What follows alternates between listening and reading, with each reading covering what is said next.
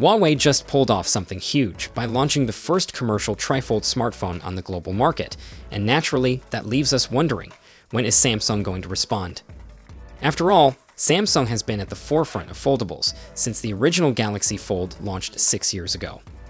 Now, with Huawei making such a bold move, it feels like the perfect time for Samsung to unveil its own Trifold, and all signs point to the upcoming Samsung G Fold being exactly that. There's been speculation for years about when Samsung would take the next leap beyond its traditional Z Fold lineup.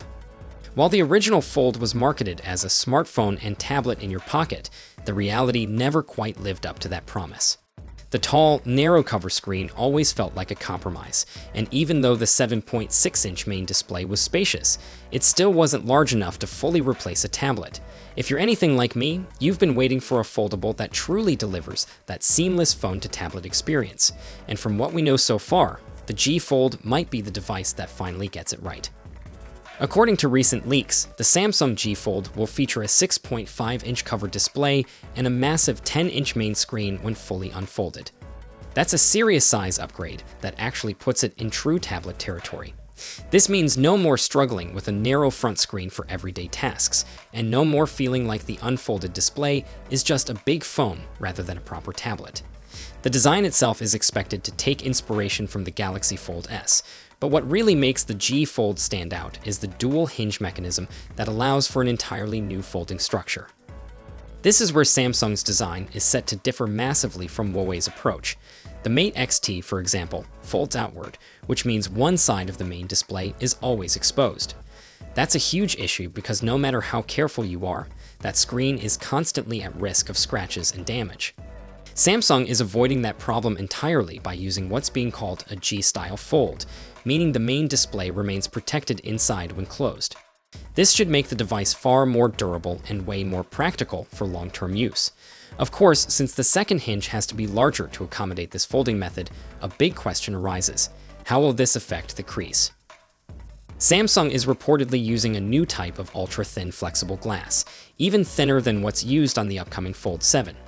While that sounds promising, leaks indicate that the crease visibility will remain similar to what we see on the Fold 6. In other words, it's not going to be completely invisible, but unless you're really looking for it, it shouldn't be too noticeable in day-to-day use. That's pretty much the trade-off for having a large, flexible display at this point. Design-wise, Samsung has been moving toward flatter edges on its premium devices, and the G Fold will follow suit. Expect a Fold 7 style flat frame, which should give it a modern, refined look. The camera module is rumored to be positioned centrally on the back, featuring the same individual camera ring design we've seen on Samsung's recent flagship devices. However, one area where Samsung still lags behind its Chinese competitors is thinness. While companies like Huawei have managed to create ultra-slim foldables, Samsung's design philosophy prioritizes durability over thinness. Because of this, the G Fold is expected to be slightly thicker than the Huawei Mate XT, though its weight should be roughly the same. Now let's talk about when we can actually get our hands on this device. If you were hoping to see the G Fold launch alongside the Z Fold 7, you might be disappointed. According to recent leaks, mass production won't begin until August, which means the G Fold likely won't hit the market until early next year. That might feel like a long wait, but considering this will be Samsung's most advanced foldable to date, it makes sense that they're taking their time to get it right. There's also something interesting about how Samsung plans to release the G Fold. Since this is going to be a premium device with a high price tag, Samsung might take a similar approach to Huawei by launching it as a limited release first before expanding to more markets. This means that depending on where you live, you might have to wait even longer before you can buy one.